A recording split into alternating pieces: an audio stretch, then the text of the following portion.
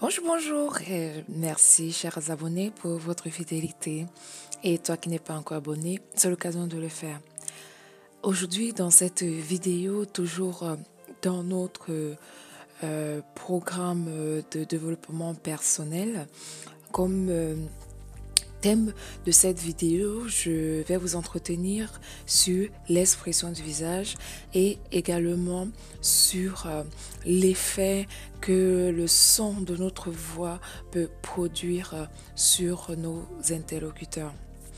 Donc, si nous commençons par l'expression de la voix, du visage, autant pour moi, je dirais en fait que tout peut en fait se voir sur notre visage. Tout ce qu'on ressent en fait s'exprime sur notre visage. Par exemple, nous avons beaucoup d'émotions basiques qui sont en fait tout de suite reflétées sur notre visage. On peut avoir la peur. Quand on a peur, le visage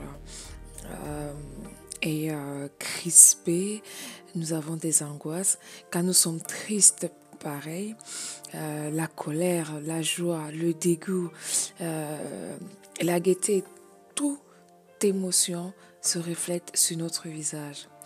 En continuité donc de la dernière vidéo que j'ai postée, à savoir sur comment interpréter le langage visuel, pas visuel, le langage non verbal pour mieux orienter nos discours par rapport à l'interlocuteur.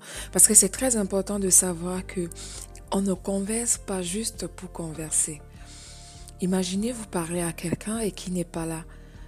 Vous allez non seulement perdre votre temps et perdre également le temps de cette personne. C'est pour cela qu'il faut bien analyser le langage non verbal de votre interlocuteur qui passe par soit l'expression du visage pour dire stop, je m'arrête ou je continue. Vous n'allez pas parler à quelqu'un qui est triste, qui a peut-être perdu un membre de sa famille et vous voulez lui parler d'un sujet important. Laissez-moi vous dire que cette personne n'écoutera pas. Donc, vous pourriez, à l'analyse de son attitude, dire si oui ou non vous passez le message que vous avez à faire véhiculer. Beaucoup, en fait, de personnes ne savent pas faire cette distinction et s'arrêter quand il faut. Alors que c'est très, très important parce que avec non seulement l'expression de notre visage et de notre corps, nous pouvons mieux transmettre notre message. L'expression du visage est construite à partir de 3 zones. Il y a la zone haute, le front, la zone médiane, les yeux et les pommettes, et la zone basse, la bouche et les joues. Il est impossible de contrôler entièrement l'expression de son visage, mais vous pouvez apprendre à la modifier grâce à vos pensées. Par exemple, en pensant à quelque chose d'apaisant, pour adoucir votre expression. Je ne dis pas que lorsque vous discutez avec quelqu'un et que vous avez des angoisses ou alors des choses qui vous turlupinent, de complètement renfermer ce que vous ressentez. Ça dépend de votre interlocuteur. Si c'est quelqu'un à qui vous avez confiance, vous pouvez laisser votre visage s'exprimer et laisser cette personne en fait venir vers vous en vous posant des questions. Si vous êtes prêt à parler ou pas, vous pouvez vous confier parce que de toutes les façons, quand on a beaucoup de soucis, le premier pas vers la résolution de ces problèmes ou bien le soulagement, c'est toujours d'en parler. Il ne faut pas garder tout en cœur. Il faut s'ouvrir aux autres. Il faut oser parler. Ne vous dites pas, je vais encore embêter avec mes problèmes. Non.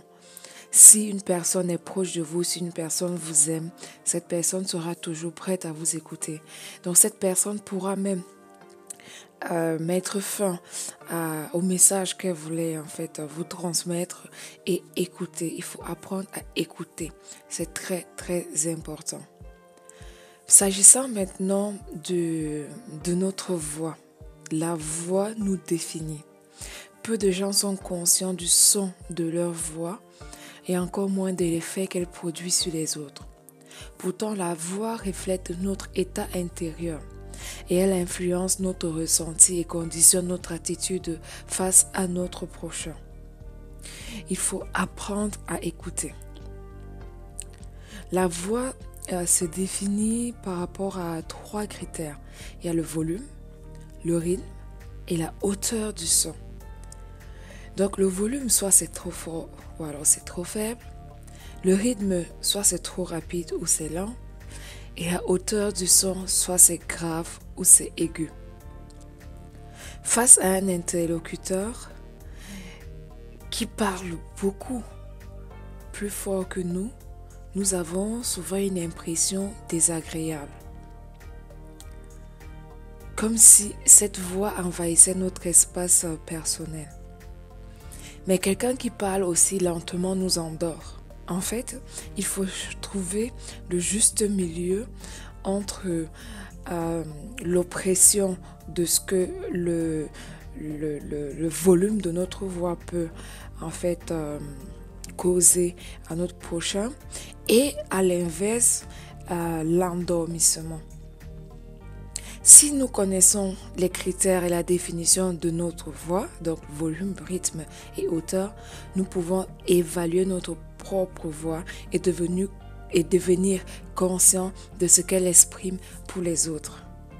Donc, je vous invite à faire cet exercice, à parler à haute voix.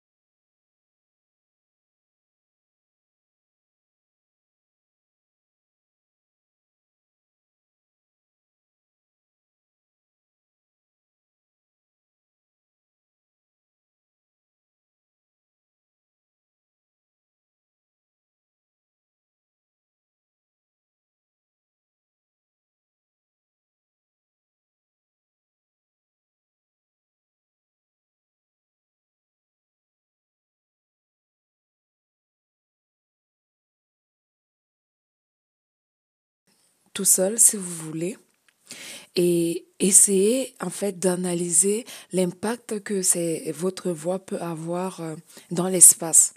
Si vous avez la chance d'être dans une pièce vide, c'est le meilleur moyen en fait d'analyser votre voix. Vous ressentirez l'écho. Un autre exercice que je peux vous donner également, c'est prenez les écouteurs et mettez de la musique. Essayez de chanter.